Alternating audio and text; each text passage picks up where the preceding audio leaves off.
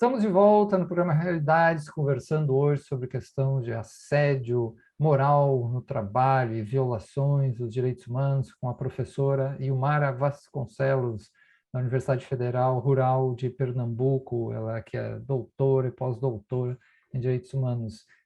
Professora Ilmara, sobre ainda essas violações dos direitos humanos no trabalho em geral, o que mais a senhora traz sobre esse ponto, né, sobre essas violações mais recorrentes, para depois a gente falar sobre as questões das variáveis que facilitam isso também. O assédio moral, ele é uma violência que não tem necessariamente, não decorre necessariamente de uma hierarquia funcional, uma hierarquia formal. Porque nós temos o assédio moral de cima para baixo, praticado por chefes, por líderes, por gestores em relação aos seus subordinados, e de baixo para cima. Não é? Então, não é uma violência necessariamente hierarquizada do ponto de vista funcional, mesmo porque nós temos o assédio moral entre colegas, que é muito comum e muito mais sutil. Não é? Porque nós tendemos a observar com mais destaque, com melhor destaque, quando a violência se opera de cima para baixo, né? Até pelo maior volume de incidência. Todavia, é muito comum a violência, o assédio moral praticado entre colegas, pessoas no mesmo nível hierárquico. Então, eu posso dizer, eu arrisco dizer que não tem uma relação, que a hierarquia funcional, a hierarquia organizacional, não é um fator, uma característica presente em todas as situações. Agora, eu posso dizer que, ampliando a acepção de hierarquização, que há, sim, uma hierarquia. Porque o agressor, em sentido ampliado, quero dizer, porque o agressor, ele se coloca num patamar superior relativamente às suas vítimas. Então, por essa perspectiva ampliada, repito, eu posso dizer que é uma violência baseada na hierarquia, no sentido amplo, no sentido lato, e igualmente na dessimetria de forças, porque, veja, há uma dessimetria de influência ou poder entre as partes ali em conflito, né, em conflito improdutivo. O assédio moral pode-se dizer que é um conflito improdutivo, que culmina numa violência, numa violação de direitos humanos. Então, há uma dessimetria de forças. Mas o que causa o assédio moral horizontal? Já que não há aquela diferença, não é? De poder no âmbito institucional. E a gente precisa fazer diferença entre poder e influência. O poder, ele é baseado, né, nas estruturas, na estrutura funcional do empreendimento, da corporação, né? A influência, ela advém do elemento convicção, do elemento alinhamento, né? Então, quando você se influencia por uma determinada, se sente influenciada por uma determinada pessoa, significa dizer que você tem um ponto de conexão ali. Você tem um alinhamento de entendimento, tem algo em comum, algo compartilhado, convicção, sentimentos, enfim, há ali uma conjunção, né? E a partir daí, a pessoa que ascende nessa relação, ela tem influência, acaba tendo alguma influência sobre você. Então, algumas relações conflituosas, algumas dessimetrias de forças, advêm exatamente dessa relação de influência. E o assediador, ou assediadora, ele se apropria dessa condição, ele se utiliza dessa condição para praticar a sua violência. Então, há uma situação, há um status de dessimetria de forças, de poder ou influência, é uma marca que caracteriza. Então, tudo isso para explicar o assédio moral horizontal. Todos estão no mesmo nível hierárquico. Todavia, o que você observa? Que há um desnível, alguém comanda, alguém influencia e alguém se sujeita àquele comando, àquelas orientações, né? Ou aquelas sugestões, não diria nem orientações, aquelas sugestões, e que evolui para uma situação de violência. Então, o que você observa? Você observa cotidianamente nos relatos de vítimas de assédio horizontal Nossa, ele me agrediu, ele foi descortês, ele tem sido cotidianamente agressivo comigo. No início era normal, mas depois eu percebi que aquela agressividade ela foi subindo o tom e eu passei a não saber lidar com aquele comportamento hostil, né? E que culminou numa perseguição ao meu trabalho, enfim. Por que que ela não reagiu no primeiro momento? Essa é a grande pergunta. Por que que não reagiu? E analisando esses discursos, olha, muitas vezes a ausência de reação nos momentos iniciais da violência decorre exatamente do reconhecimento, ou melhor, não diria nem do reconhecimento, mas da influência que aquela pessoa exerce naquele ambiente, ou exerce sobre a vítima. Então, a vítima, muitas vezes, passa a justificar aquela hostilidade em um primeiro momento, até o ponto que ela não sustenta mais, ela não consegue mais lidar, ela já percebe a abusividade da relação, o caráter abusivo da relação. Então, eu percebo muito isso nos discursos. Por que você não reagiu nos momentos iniciais? Porque eu normalizei. Porque de alguma forma, eu tentei justificar, porque eu tinha uma conexão com ele. A gente compartilhava ideias, pensamentos, tinha um ponto de conexão. Então, eu quero dizer com isso que, não em todos os casos, mas em muitos casos, o ponto de partida é essa conexão.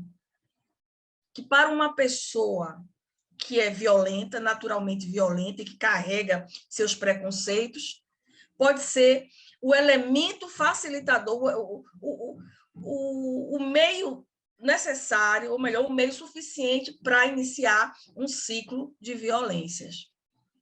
Bem, então, o assédio horizontal também envolve dissimetria de forças. Um dos fatores facilitadores do assédio em nível geral é a conivência dos pares. Nós temos dois tipos de conivência, a conivência ativa e a conivência passiva.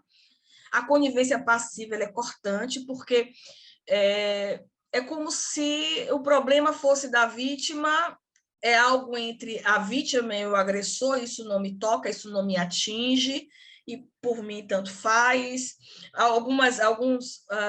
Alguns colegas encorajam o agressor a continuar fazendo. O sofrimento da vítima é reduzido, cotidianamente reduzido por falas do tipo: isso é coisa da sua cabeça, isso é mimimi, né? Ou ainda, isso eu não vi, eu não sei, começa a colocar em dúvida a palavra da vítima e o seu próprio sentimento em relação àquilo que aconteceu, à violência que aconteceu, né? Então, a vítima vivencia, em um primeiro momento, decepção com o agressor ou agressora, porque em muitos casos, eu não estou afirmando que são em todos os casos, há uma conexão, então produz-se ali uma decepção. Em seguida, a partir dessa decepção, quando ela se vê acuada, ela busca os colegas, busca o apoio dos colegas, não para utilizá-los posteriormente como testemunha, né?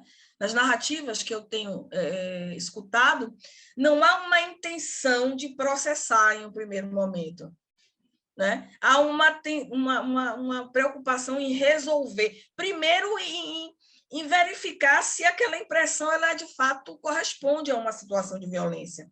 Nem sempre a vítima percebe aquilo como violência. Há um desconforto, há um desconforto emocional, um desequilíbrio emocional provocado, mas será que é violência? Será que não é coisa da minha cabeça? E vai buscar esse respaldo junto aos pares. E muitos dizem: eu não achei não, achei normal. Né? Segundo isso, outras tantas dizem: é coisa de sua cabeça, mulher, segue adiante. A vida continua, isso é normal, o mundo hoje está assim. Não é? Fazer o quê? E aí a vítima sofre nova violência, a violência praticada pelos próprios colegas, que, primeiro, se negaram a uma escuta, se negam à escuta, uma escuta compreensiva, uma escuta solidária, uma escuta ativa, né? E o segundo, que chancelam a violência, de certa forma, na medida que que naturalizam, é normal, ou ainda tentam desconstruir o sentir, né? Tentam desconstruir a visão da vítima. Isso é muito perverso. É a conivência passiva. Então, nós temos a conivência ativa e passiva. E quando os subordinados eles começam a perceber, a naturalizar, eles também começam a cometer violência contra a mesma vítima. Então, é um tipo de conduta que é perversa, que degrada o meio ambiente de trabalho, e vale dizer que as organizações são responsáveis. As organizações, os empregadores respondem objetivamente pelo dano que causam os seus subordinados. Ou melhor, que os seus gestores, enfim, que empreendedores causam aos seus subordinados no decurso da relação contratual. Certo, professora Ilmara, é importante esse tema. Temos mais aí 1 minuto, 1 minuto e meio para a sua mensagem final. Eu gostaria de deixar bastante enegrecido que todos nas organizações precisamos repensar o nosso comportamento. Repensar o nosso comportamento diante de situações como essa. Devemos nos colocar em prontidão para uma escuta, devemos refletir sobre a qualidade da nossa comunicação, né? Que deve ser não violenta, não discriminatória. Deve ser uma comunicação pautada no acolhimento. Então, a gente precisa se reeducar para viver, né? Para viver e escapar a esse tipo de fenômeno que destrói, que degrada o meio ambiente de trabalho e que pode, lá na frente, nos atingir também. Aconteceu com fulana, com beltrana, mas pode acontecer com a gente também. Para além disso, a gente deve prezar por um meio ambiente de trabalho rígido, porque a gente passa a maior parte do tempo, né, trabalhando, enfim, interagindo naquele lugar. Então, aquele lugar ele precisa ser confortável psicologicamente, né? Confortável, a gente precisa estimular emoções positivas para viver bem, para trabalhar melhor, para ter maior produtividade, para o lugar do trabalho ser um lugar que nos traga, que nos crie narrativas positivas e que não destrua o significado atribuído ao trabalho. Eu também gostaria de reforçar que o empregador, ele responde, né? Ele responde, embora as indenizações sejam relativamente baixas em comparação com a gravidade da coisa toda, né, do dano causado, do seu caráter pedagógico, há um prejuízo reputacional para as organizações. Certo. Infelizmente, muito obrigada. Muito obrigada pela oportunidade.